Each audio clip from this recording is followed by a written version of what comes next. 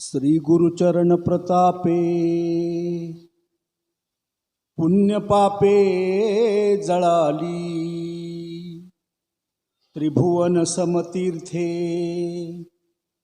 ज्ञान गंगे मिळाली।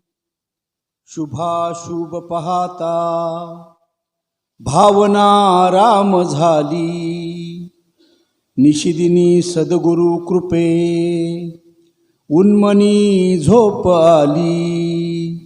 सद्गुरुमाता सुदीक्षा सविंदर हरदेवजी,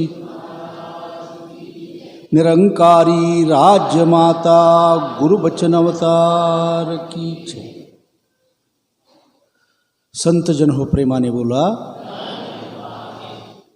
निरंकारी राजमाताजी आपल्या प्रवचनातून म्हणायच्या कि उस दिन हमारी सारी परेशानी खत्म हो जाएगी जिस दिन हमारा मन ये विचार करेगा कि जो भी कुछ मेरे जीवन में होता है वो सद्गुरु की मर्जी से होता है। प्रेमाने बोला।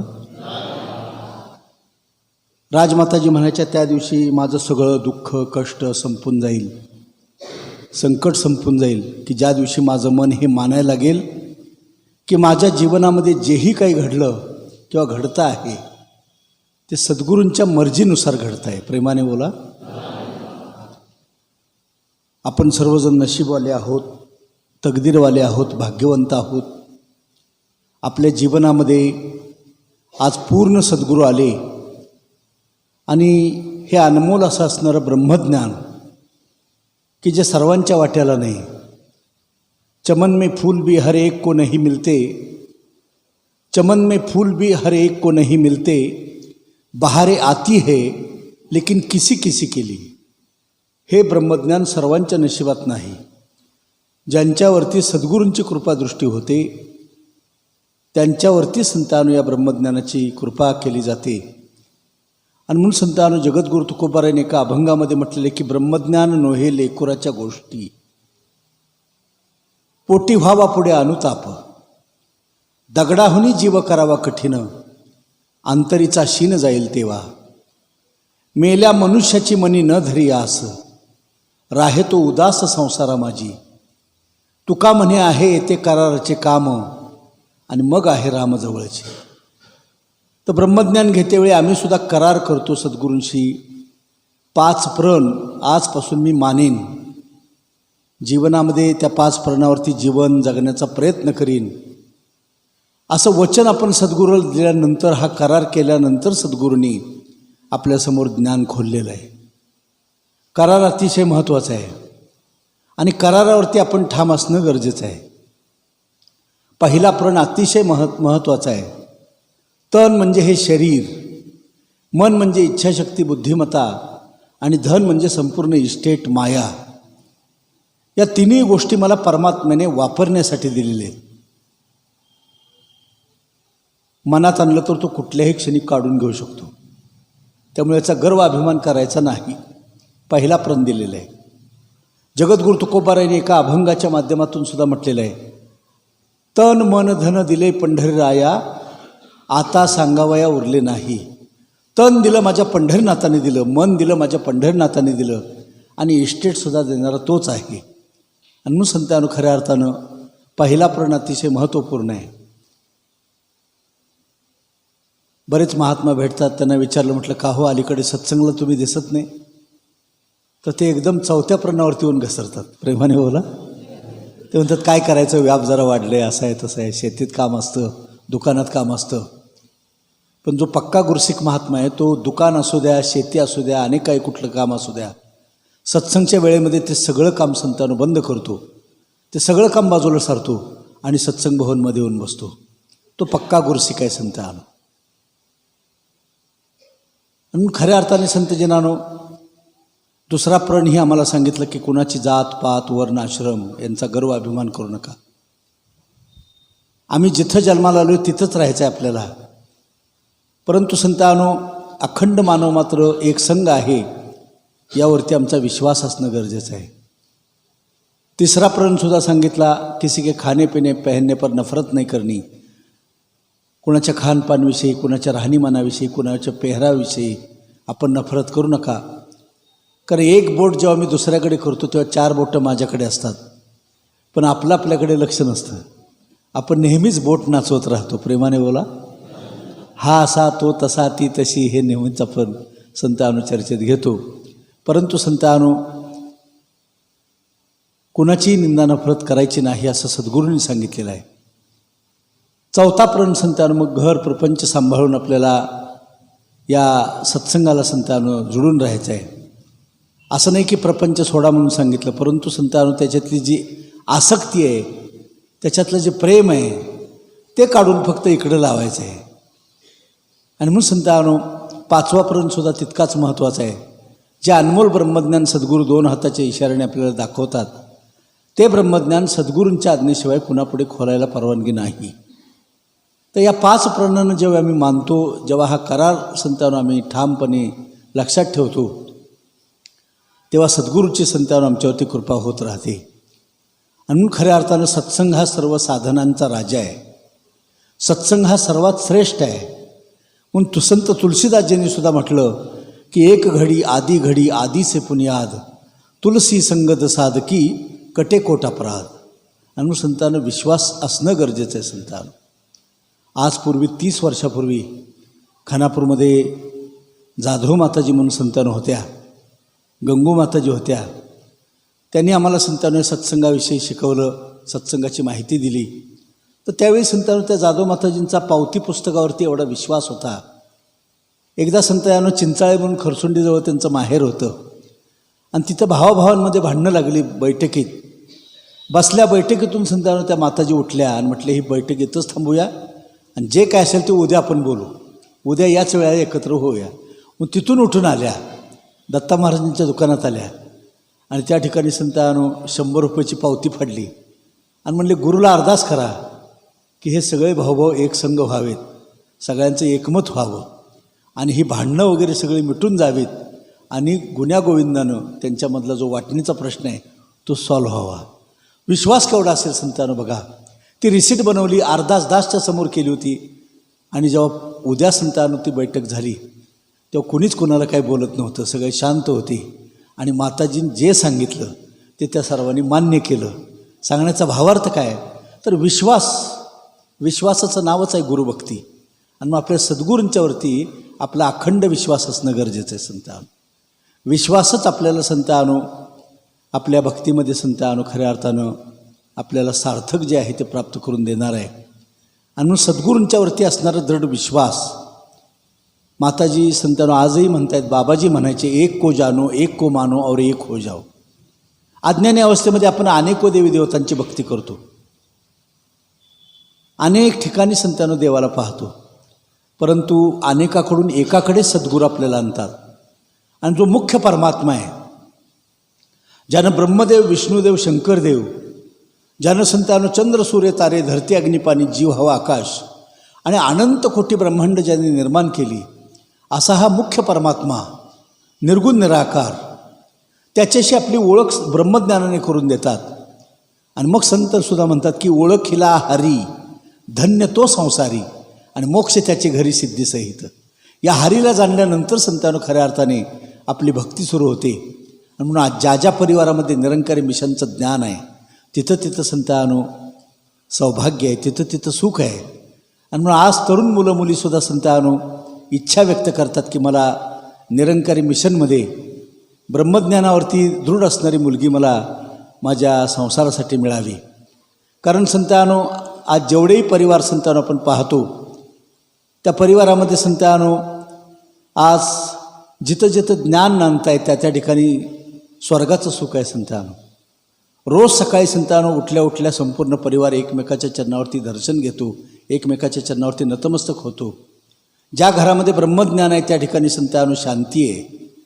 दाससुद्धा संतांनो 26-27 वर्ष झाली लग्न झाल्यानंतर संतांनो प्रचारक महात्मा रमाकांत राणीजी घरी आले होते मुंबईहून, आणि त्यांनी सांगितलं संतांनो म्हणे संसाराचा धंदा करत असताना वाद लागणार, भांडणं लागणार, भांड्याला भांडं लागणार, पण तुम्ही एक सूत्र मात्र लक्षात ठेवा, चूक असो किंवा नसो, समोरच्याला जेव्हा प्रचंड राग येतो आहे तेव्हा आपण पाणी व्हायचं. समोरचा जेव्हा अग्नी होतो आहे तेव्हा आपण पाणी व्हायचं. चूक भले माझी असो, चूक भले त्यांची असो, ते पाहायचं नाही. पण समोरचा अग्नी झाला आहे ना, मी पाणी व्हायचं आहे. आणि त्यानं सांगितलं की तुम्ही समोरचा अग्नी झाल्यानंतर तुम्ही पाणी व्हायचं आहे. त्यामुळे संतांनो 25-26 वर्षामध्ये संसार प्रपंच करत असताना आमच्या दोघांमध्ये काही वाद भांडणं झाली नाहीत असं म्हणता येत नाही. परंतु संतांनो, समोरचा जेव्हा अग्नी होतो ना तेव्हा कुठल्याही प्रकारचा विचार न करता आपण शांत राहणं. आपण जर शांत राहिलो तर 10 मिनटामध्ये तो अग्नी शांत होतो आणि मग संतांनो आपण हितगुज करू शकतो. आनंदी आनंद आहे संतांनो. जीवनामध्ये सुख आहे. रोज सकाळी उठल्या उठल्या एकमेकाचं दर्शन होतं. मंगलाचरण सकाळी उठल्या उठल्या वाचलं जातं. संध्याकाळी झोपण्यापूर्वी ध्वनी म्हटली जाते. पुन्हा संध्याकाळी झोपण्यापूर्वी 2 मिनटं स्मरण. तूही निरंकार मै तेरी शरण हा मैनू बक्षलो. तूही निरंकार मै तेरी शरण हा मैनू बक्षलो. दिवसाची सुरुवात झाली, डोळ्याची पापणी उघडली, समोर हा निराकार परमात्मा दिसतो आहे. पण तो बघितला तर, त्याचं दर्शन घेतलं तर. नाही तर डोळ्याची पापणी सकाळी उघडली आणि जर निराकार नाही बघितला तर समोरची भिंतच दिसते. आणि मग संतांनो तो बघितला पाहिजे. रोज सकाळी डोळ्याची पापणी ज्या क्षणाला उघडते त्या क्षणाला याच्यापुढं नतमस्तक व्हा, याच्यापुढं झुका. कारण याने आपल्याला झोपेतून उठवले म्हणून आपण जागं झालो. डोळे उघडतात त्याच्या सत्तेनं उघडतात. एखाद्याचा नाहीच डोळा उघडला तर माणसं म्हणतात आता ह्यातला राम निघून गेलेला आहे, आता उचला म्हणतात. राम नाम सत्य आहे. आणि खऱ्या अर्थानं संतांनो सगळं काही जे होते जाते परमात्म्याच्या मर्जीनं होते संतांनो. म्हणून आपण मनामध्ये कुठल्याही प्रकारचा खेद न बाळगता निरंतर संतांनो आनंदामध्ये जीवन जगायचं आहे. जनक राजा होता संतांनो. आणि जनक राजाला संतांनो एकदा रत्नजळीत पलंगावरती झोपलेला आहे. सगळे नोकर चाकर आहेत, राजे राजवाडे सगळीकडं संपूर्ण राज्यात नांदतायत. आणि त्या जनक राजांना संतांनो रात्री स्वप्न पडलं. आणि स्वप्नामध्ये जनक राजा भिकारी झाला. अंगावरती वस्त्र फाटके आहेत आणि तो कटोरा घेऊन संपूर्ण गावातून भीक मागतोय. जीवाच्या आकांतानं भूक लागलेली आहे, तर त्याला कोणीही भीक देत नाही. सांगण्याचा भावार्थ काय? झोपलाय तो रत्नजळीत पलंगावरती, नोकर चाकर आहेत, राजे राजवाडे आहेत, सगळं काय आहे, पण स्वप्न पडलं. आणि म्हणून माऊलींनी सुद्धा ओवी दिली, स्वप्ना माझी देखी जे ते स्वप्नाचे साच आपजे, मग चेवून या पाहिजे तो काहीच नाही. तैसी तू जाण माया, तू भ्रमतो हा सेवाया, शस्त्रे हानीत लिया छाया. तर संतांनो स्वप्नामध्ये संतांनो आपण पाहतो, स्वप्न पडलं की ते आपल्याला खरंच वाटतं संतांनो. कुठंपर्यंत? स्वप्न चालू आहे तोपर्यंत. एक जण धावत धावत आला आणि म्हटलं महाराज हे घ्या पेढे. म्हटलं कशाचे? लग्न ठरलं म्हटलं. म्हटलं कुठं? स्वप्नात. रात्री मला स्वप्न पडलं होतं, माझं लग्न ठरलं आहे. त्याला तेव्हा पेढा परत दिला. म्हटलं स्वप्नातले पेढे स्वप्नात वाटायला बरे वाटतं, इथं वाटून चालणार नाही. तसं संतांनो जेव्हा तो स्वप्नातून जनक राजा जागा होतो, बघतो तर संतांनो खाली रत्नजडीत पलंगावरती झोपलेला आहे, महालामध्ये झोपलेला आहे. मग त्यांना प्रचंड दुःख झालं. काही काळ का होईना, परंतु जेव्हा ते स्वप्न पडलं मला, तेव्हा मी नाराज झालो, तेव्हा मी दुःखी झालो, तेव्हा मी हातात कटोरं घेऊन याच राज्यातून भीक मागतो. पण स्वप्नातून जागा झाल्यानंतर ती अवस्था नाही संतांनो राहिली. मग लक्षात आलं की मी रत्नजडीत पलंगावरती झोपलो, मी राजा आहे. संतांनो बैचैन झाला दुसऱ्या दिवशी आणि राजदरबार भरवला. आणि राजदरबारामध्ये प्रश्न मांडला की रात्री मला असं स्वप्न पडलं आणि स्वप्नामध्ये मी भिकारी झालो. मग ते स्वप्नातलं खरं का आत्ता मी या ठिकाणी या राज्याचा राजा आहे, सिंहासनावरती बसलो आहे, हे सगळं ऐश्वर्य भोगतो आहे, ते रात्री स्वप्नातलं खरं होतं का हे खरं होतं? बरीच चर्चा झाली, बराच ओहापोह झाला, परंतु योग्य उत्तर देता आलं नाही. संतांनो त्यावेळी 8 ठिकाणी ज्याचं शरीर वाकडं आहे असा अष्टावक्र मुनी संतांनो त्या ठिकाणी त्या दरबारामध्ये बोलवण्यात आला. आणि त्यांनी सांगितलं की या प्रश्नाचं उत्तर मी देऊ शकतो. तेव्हा सगळे हसले संतांनो. वास्तविक पाहता हसणं खूप सोपं, हसायला अक्कल लागत नाही, परंतु हसावं कोणावरती हे ज्याला कळतं तो खरा संतांनो महात्मा. अष्टावक्र मुनींचं शरीर संतांनो 8 ठिकाणी वाकडं होतं, सगळा दरबार हसला. परंतु संतांनो खरं ज्ञान त्यांच्याजवळच होतं. त्यांनी सांगितलं की राजेसाहेब म्हटले स्वप्नामधलंही खोटं आहे, 100% खोटं आहे स्वप्नामधलं, आणि हे आत्ता जे तुम्ही सिंहासनावरती बसलाय हे तरी 101% खोटं आहे. म्हणजे तेही खोटं आहे आणि हेही खोटं आहे. मग ते म्हटलं खरं काय, या जगामध्ये खरं काय? तर त्यावेळी त्या ठिकाणी संतांनो अष्टावक्रांनी राजा जनकांना ब्रह्मज्ञान दिलेलं आहे आणि निराकाराची ओळख करून दिलेली आहे. आणि हा इशारा दाखवल्यानंतर म्हटलेला आहे की या जगात जर काही सत्य असेल तर फक्त एक हा निराकार परमात्मा सत्य आहे. बाकीचं आकारामध्ये दिसणारं सगळं जग हे खोटं आहे, हे नाशिवंत आहे. आणि मग संतांनो खरा काय आहे तर परमात्मा खरा आहे. तो कालही होता, तो आजही आहे, तो उद्याही असणार आहे. आपला भरोसा देता येत नाही. आपण काल होतो, आज होतो, उद्याचा भरोसा नाही. परंतु निराकार परमात्म्याचं तसं नाही. काहीच नव्हते, जेव्हा कोठे काहीच नव्हते तेव्हा संतांनो हे परब्रह्म होते.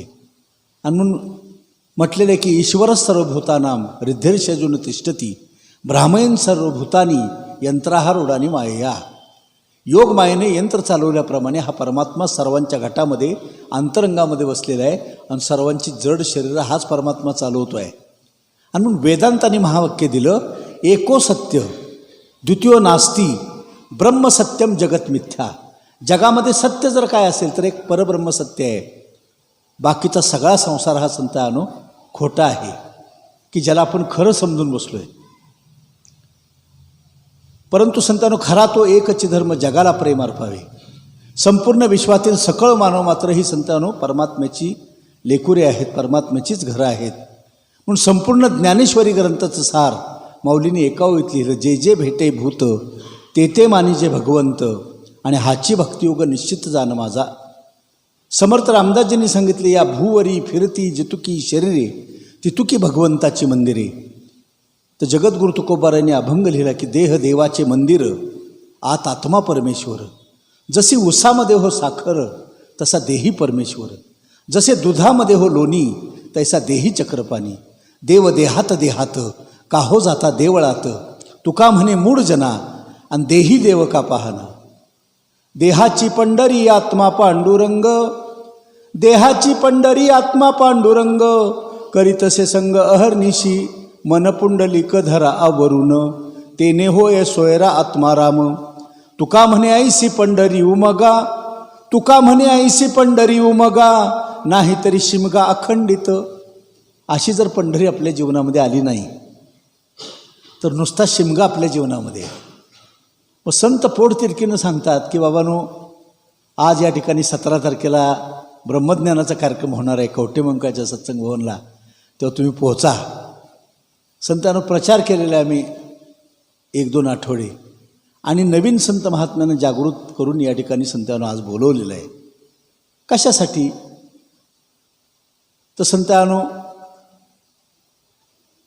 आपला स्वतःचा उद्धार झालेलाच आहे, परंतु संतांनो कुळे उद्धारावे अनेकांची म्हटलेलं आहे. ज्ञानावरती जेव्हा आपण एक महात्मा नवीन संतांनो आरूढ करतो, त्या महात्म्याला जेव्हा ब्रह्मज्ञान समजतं आणि तो जेव्हा सत्संग सेवा नामस्मरणाशी जोडून राहतो तेव्हा त्याचे सगळे आशीर्वाद आपल्याला संतांनो लागतात. आणि म्हणून दिव्यानं दिवा पेटवायचा आहे.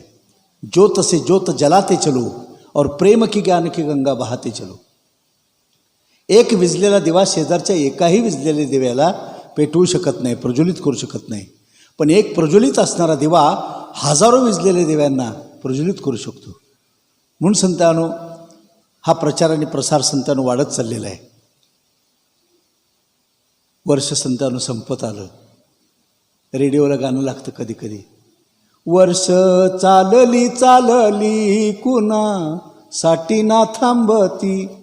तर संतांनो वर्ष 2023 संपत आला 17 तारीख आणि येणाऱ्या 2024 साली संतांनो 26 जानेवारी 2024, 27 जानेवारी 2024 आणि 28 जानेवारी 2024ला महाराष्ट्राचा संत समागम सोहळा यावर्षी सद्गुरू माता सुदीक्षाजी महाराजांच्या प्रमुख उपस्थितीमध्ये नागपूर या ठिकाणी होतो आहे.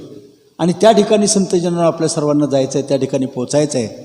त्याचं समागम सेवेचं बुकसुद्धा या ठिकाणी सुरू आहे. प्रत्येक महिन्याला आपल्या घरी 4-5 संत महात्मा प्रसादीला बोलवणं शक्य होत नाही आपल्याला, परंतु त्या ठिकाणी लाखोचा परिवार प्रसादी करणार आहे 8 दिवस.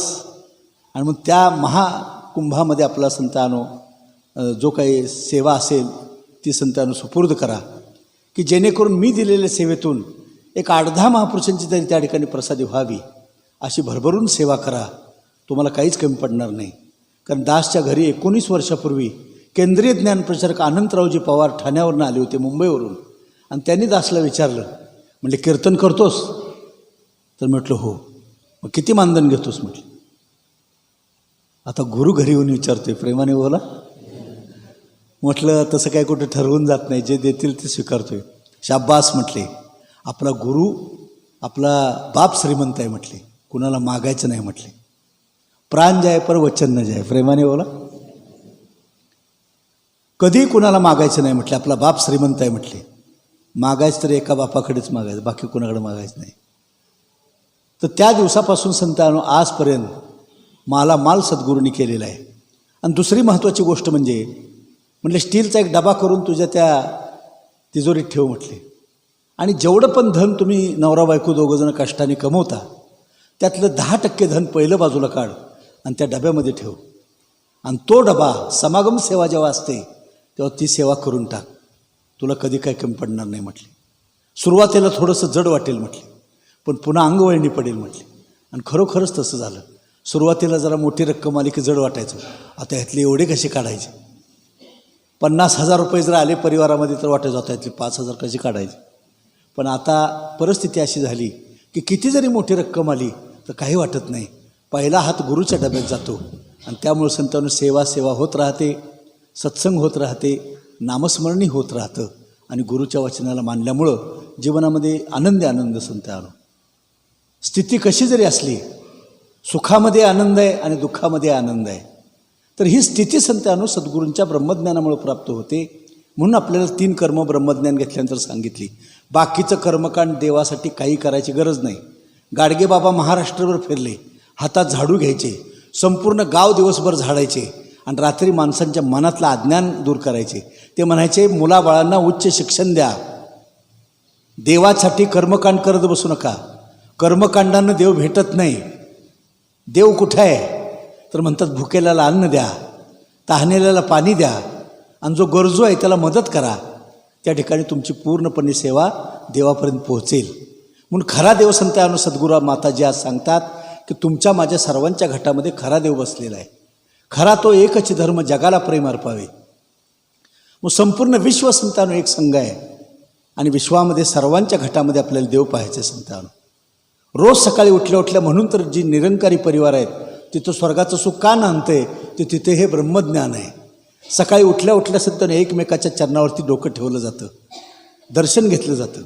वारकरी संप्रदायाने काही वेगळं सांगितलं नाही. पंढरीच्या लोकांनाही अभिमान आणि पाया पडती एकमेका होऊन या लहान. दासच्या वडिलांचं वय आज 98 वर्ष आहे, आईचं वय 90 वर्ष आहे. संतांनो सुरुवातीला घरी वारकरी संप्रदायच होता, परंतु संतांनो वयाची दासची 25 वर्ष अशी अज्ञानात वाया गेली. अंधश्रद्धा निर्मूलनाचं कार्य करायचो कॉलेज लेवलच्या वेळेला, त्यामुळं देव वगैरे काही मानत नव्हतो. निरंकारी मिशनमध्ये सुद्धा ब्रह्मज्ञान घ्यायला बसलो, ते महाराजांना अडकवण्यासाठी आलो होतो. म्हटलं कसला देव दाखवतात बघूया, आणि महाराजांना आज अडकवायचं. पण मी स्वतः अडकलो. आज 26वं वर्ष चालू आहे, प्रेमाने बोला. तर सांगण्याचा भावार्थ काय की आज कीर्तन असेल, सत्संग असेल, जगाच्या बाजारामध्ये जिथं जिथं ड्युटी लागते त्या त्या ठिकाणी आज सांगतोय की देव म्हणजे काय, आणि देव जर पाहायची इच्छा असेल तर या माझ्या सद्गुरूंच्या चरणावरती शरण आणि चुकवा आपलं जन्माने मरण. आणि मग संतांनो आज वर्तमान समयाला एकमेव संत निरंकारी मिशन असं आहे, एकमेव सद्गुरू माता सुदीक्षाजी महाराज असे आहेत की आज खुले प्रोग्राम होतात. दास मगापासून आपण पाहत असाल स्टेजवरती बसल्यापासून थोडंसं ऐकत, थोडंसं झोपत होतो, थोडंसं पेंगत होतो. प्रेमाने बोला. कारण सांगतो, 3:45 वाजता खानापूरला आलो आहे. रात्री महात्मा दत्ता जगतापजींच्या उपस्थितीमध्ये टेंभुर्णीच्या जवळ आडेगावला कार्यक्रम होता आणि खानापूरहून गाडी करून आम्ही गेलो होतो. 3:45 वाजता खानापूरमध्ये आलो. तास दीड तास झोपलो. तोपर्यंत संतांनो सकाळची 7ला गाडी होती. खानापूरहून कवठेमंकाळला यायला गाडी नाही. म्हणून तासगावला आलो. तासगावात महात्मा जगदाळेजींच्या घरी फ्रेश झालो. तिथून नाश्ता करून इकडं आलो. म्हणून स्टेजवरती जरा झोपलो. प्रेमाने बोला. सांगण्याचा भावार्थ काय तर नित्य नवा दिस जागृतीचा निरंतर सेवा आहे, निरंतर ड्युटी आहे. आता मेंढपर्यंत दासला संतांनो सुट्टी नसते. म्हणून संतांनो सांगण्याचा भावार्थ काय तर ही सद्गुरूंनी दिलेली सेवा आहे. आणि म्हणून आज वर्तमान समयाला निरंकारी मिशनमध्ये देव पाहता येतो, खरा देव जाणता येतो. म्हणून म्हटलेलं आहे एक को जानो एक को मानो और एक हो जाओ. अनेकाकडून एकाकडे यायचं आहे, सगुणाकडून निर्गुणाकडे यायचं आहे, प्रतिमेकडून प्रत्यक्षाकडे यायचं आहे, आकाराकडून निराकाराकडे यायचं आहे. संतांनो रूपाकडून अरूपाकडे जायचं आहे, व्ययाकडून अव्ययाकडे जायचं आहे. आणि म्हणून हे ब्रह्मज्ञान आज वर्तमान समयाला सद्गुरू माता सुदीक्षाजी महाराज जगाला देत आहेत. तर आजसुद्धा या ठिकाणी काही नवीन भाविक सज्जन असतील तर ज्ञान घ्या आणि आपल्या जन्माचं सार्थक करून घ्या. रोज सकाळी उठल्या उठल्या आईवडिलांचं दर्शन घ्या. तर मला सांगायचं आहे काय, घरात वारकरी संप्रदाय असूनसुद्धा 25-26 वर्ष मी कुणाच्या चरणावरती झुकलो नव्हतो. परंतु हे ब्रह्मज्ञान झालं मला खानापूर या ठिकाणी 15 ऑगस्ट 1997 5:45 वाजता गोव्याहून आलेले महात्मा बाळासाहेब परबजी यांनी ब्रह्मज्ञान दिलं. आणि त्यांनी सांगितले की खरा देव हा चालत्या बोलत्या माणसात आहे. त्यामुळे उद्यापासून उठल्यानंतर तुम्ही ज्या घरात राहता त्या घरातल्या सर्व चालत्या बोलत्यांचं दर्शन घ्या. म्हटल्यानंतर 16 ऑगस्टला सकाळी उठलो, घरातल्या सर्वांचं दर्शन घेतलं, अगदी लहान भावाचं सुद्धा. वडील मागून बघत होते, सांप्रदायिक होते. आणि वडिलांनी मला एक प्रश्न विचारला. म्हटलं तुझ्यासारखा निष्ठुर माणूस आज झुकला कसा? तेव्हा त्यांना सांगितलं अण्णा काल गावामध्ये निरंकारी सत्संग आली होती आणि तिथं मी महाराजांना अडकवण्यासाठी निंदा करण्यासाठी म्हणून मी गेलो होतो. पण त्या ठिकाणी मला ब्रह्मज्ञान मिळाले की जे हरिपाठ ज्ञानेश्वरी भगवद्गीता दासबोध वेद उपनिषदे पुराण कुराण सर्व धर्मग्रंथामध्ये लिहिलेलं आहे ते शुद्ध सात्विक मला ब्रह्मज्ञान मिळालेलं आहे. आणि माणसातला देव खरा आहे हे महाराजांनी सांगितलेलं आहे. सर्वा घटी राम देहादेही एक आणि सूर्यप्रकाशक सहस्रश्मी. म्हणून आजच नाही तर आता आयुष्यभर दर्शन घेणार आहे. म्हटल्यानंतर वडिलांच्या डोळ्यात आनंदाश्रू आले. त्यांनी मला घट्ट मिठी मारली आणि मला म्हणतात चांगल्या मार्गाला लागलास. तेव्हापासून आज तागायत निरंतर संतानो हे दर्शन सत्संग सेवा नामस्मरण आणि नित्य सद्गुरूंची वाणी कानामध्ये आहे. संतानो आनंदी आनंद आहे जीवनामध्ये. त्यानंतर लग्न झालं, लग्नानंतर मिसेस लेक्चरर असूनसुद्धा त्यांनाही ब्रह्मज्ञान झालं. आज मुलीलाही ब्रह्मज्ञान आहे. आनंदी आनंद आहे. स्वर्गाचं सुख घरात आहे. रोज सकाळी उठल्या उठल्या तूही निरंकार मै तेरी शरण हा मैनू बक्षलो नामस्मरणाने सुरुवात होते. रोज रात्री झोपण्यापूर्वी एकमेकाचं दर्शन घेऊन पुन्हा नामस्मरण घेऊन झोपलं जाते. रात्रही सुंदर आहे आणि दिवसही सुंदर आहे. नित्य नवा दिस जागृतीचा. तर हे सगळं घडलं कशामुळं तर महात्मा जीवनामध्ये आले. कुणीतरी सांगितलं की या ठिकाणी ब्रह्मज्ञान मिळाल्यानंतर तुम्हाला सुख मिळेल. असे माझे वर्गमित्र वेदाचार्य दत्ता जगतापजी महाराज यांनी मला या सत्संगाशी जोडलं. आणि आज तागायत संतांनो निरंतर खुशी आहे, निरंतर सुख आहे, निरंतर ब्रह्मानंद आहे. या दातार दया करू कृपा करू आपल्या सर्वांच्या जीवनामध्ये सुद्धा हे सुख निरंतर संतांनो यावं. सर्वांनी समागमला या. नागपूरचा तो सोहळा पहा. सद्गुरूंचं सगुण रूपामध्ये दर्शन, निर्गुण निराकार रूपामध्ये परमात्मा तर आहेच आणि संपूर्ण सात संगत म्हणजे त्रिवेणी संगम आहे. त्रिवेणी संगमी नाना तीर्थे भ्रमी चित्त नाही नामी परिते व्यर्थ. मग त्या ठिकाणी नामीची ओळख करून घ्या. नामाचाही संतान उच्चार त्या ठिकाणी होतो आहे. तर या माझ्या सद्गुरूंच्या चरणावरती शरण आणि चुकवा आपलं जन्माने मरण. प्रेमाने बोला.